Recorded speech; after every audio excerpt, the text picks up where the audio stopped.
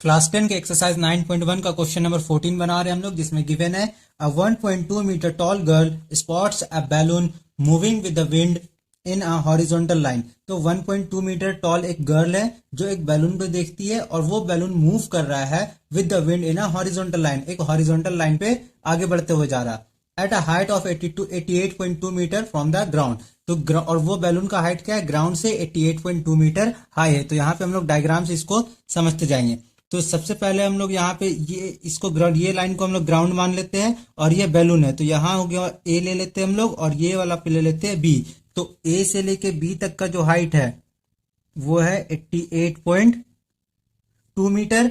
अब आगे बोला जा रहा है the angle of the elevation of the balloon from the ice of the girl at any instant is 60 degree. तो यहाँ पे एक लड़की को मानते हैं हम लोग, ठीक है। इस लड़की का हाइट है 1.2 मीटर, ये ग्राउंड पे खड़ी है और इसका हाइट 1.2 मीटर है। यहां से जब ये लड़की इस बैलून को देखती है, पहले बैलून यहाँ पे है, ठीक है, और ये विंड के साथ इधर मूव कर रहा है, इधर मूव कर रहा, तो एक पोजीशन पे यहाँ पे था और दूसरे पोजीशन पे यहाँ पे आ जाएगा। ये लड़की जब इस बैलून को यहाँ पे देखती है तो जो एंगल ऑफ एलिवेशन बनता है, ये एंगल वो 60 डिग्री का बनता है। और फिर आगे बोला गया after some time the angle of elevation reduces to 30 degree. जब ये बैलून यहाँ पे आ जाता है तो ये एंगल रिड्यूस होकर के 30 डिग्री पे आ जाता है। एक बार जब बैलून यहाँ था तो ये लड़की जब देख रही थी बैलून को तो एलिवेशन एंगल तो 60 डिग्री का बन रहा था। वही बैलून जब यहाँ पे आ जाता है तो ये एलिवेशन एंगल 30 डिग्री का हो जाता है। तो यहाँ पे हम लोग को सबसे पहले ए से, यहाँ पे हम लोग नाम दे देते हैं सी।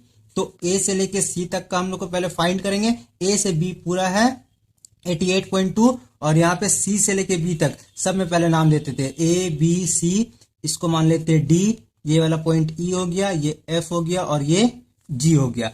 तो जो लड़की का हाइट है एफ जी, तो वो एफ जी हो गया, एफ जी और सी बी दोनों इक्वल होगा। F G is equal to C B is equal to 1.2 metre. अब हम लोग को ए से लेकर के सी तक हम लोग पहले फाइंड करेंगे। तो ए से सी का वैल्यू क्या हो जाएगा, A C is equal to A B minus C B.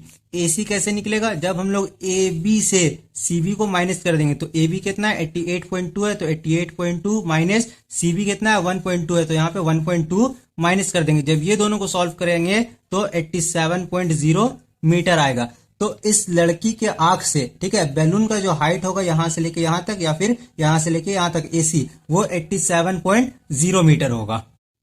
तो इस मैथ में हम लोग को फाइंड करना है find the distance travel by the balloon during the interval. इस इंटरवल में बैलून के यहां से यहां जाने में इस इंटरवल के दौरान यहां से यहां तक जो गया तो कितना डिस्टेंस ये कवर किया, दैट इज हम लोग को सीई या ईसी फाइंड करना है। तो हम लोग को फाइंड करना है बेसिकली सीई।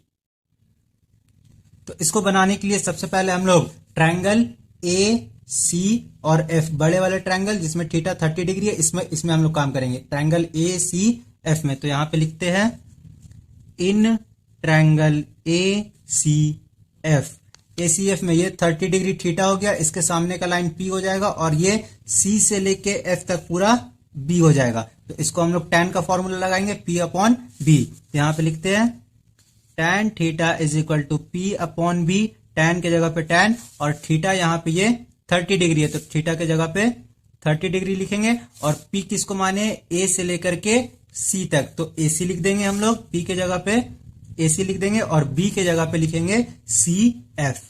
तो यहां पे हो जाएगा सी एफ। tan थीटा का वैल्यू 1/√3, एसी का वैल्यू यहाँ पे ए से लेकर के सी तक, तो एसी का वैल्यू यहाँ पे आया 87.0, तो यहाँ पे सिर्फ 87 लिखते हैं और सी एफ के जगह पे सी एफ लिखते हैं।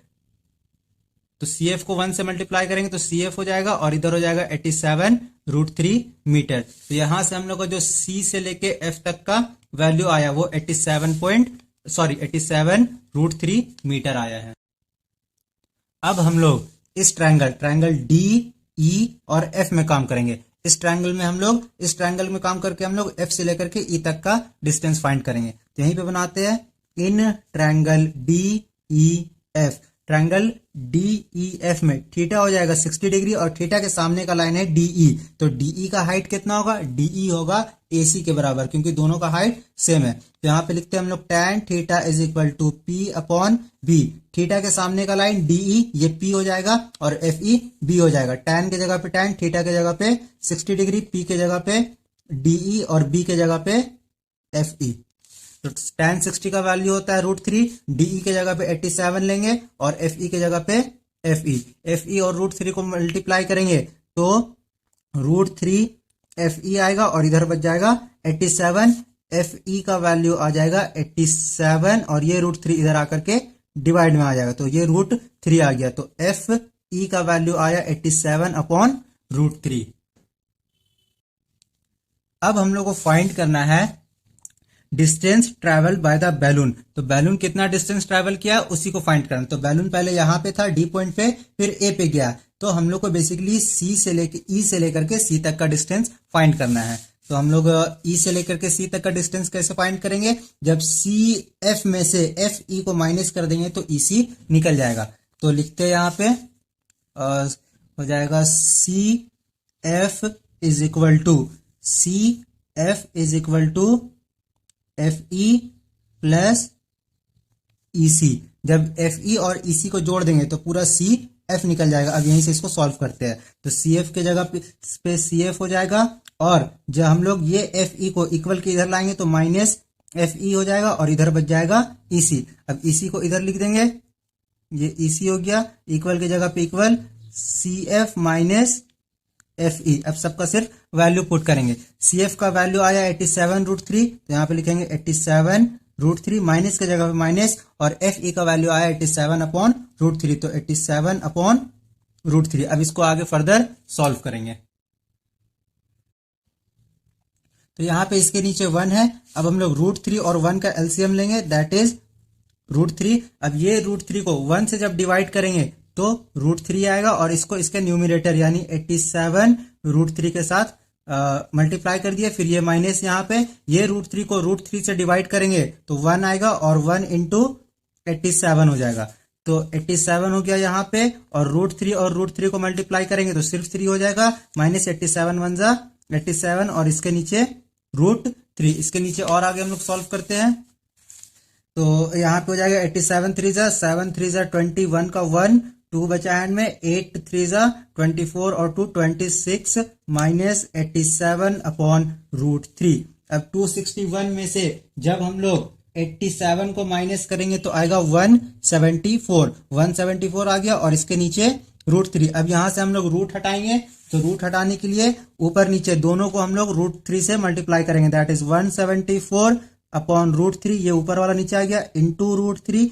डेनोमिनेटर को भी √3 से मल्टीप्लाई किए और न्यूमिनेटर को भी √3 के साथ मल्टीप्लाई करेंगे। तो ऊपर मल्टीप्लाई करेंगे तो आ जाएगा 174 √3 और नीचे √3 और √3 को मल्टीप्लाई करेंगे तो सिर्फ 3 आएगा। इसको और आगे फर्दर सॉल्व करते हैं तो ये कटेगा, 3 1 जा 3, 3 5 जा 15 और 2 इधर गया 24, 3 8 जा 24। तो जो फाइनल आंसर आ गया वो 58 √3 आ गया। तो ये निकल गया EC। डायग्राम में EC था, हम लोग को E से लेकर के C तक फाइंड करना था तो EC क्या आ गया 58 √3 मीटर। जो डिस्टेंस ट्रेवल किया गया बैलून के द्वारा वो कितना है 58 √3 मीटर। ये फाइनल आंसर हो गया।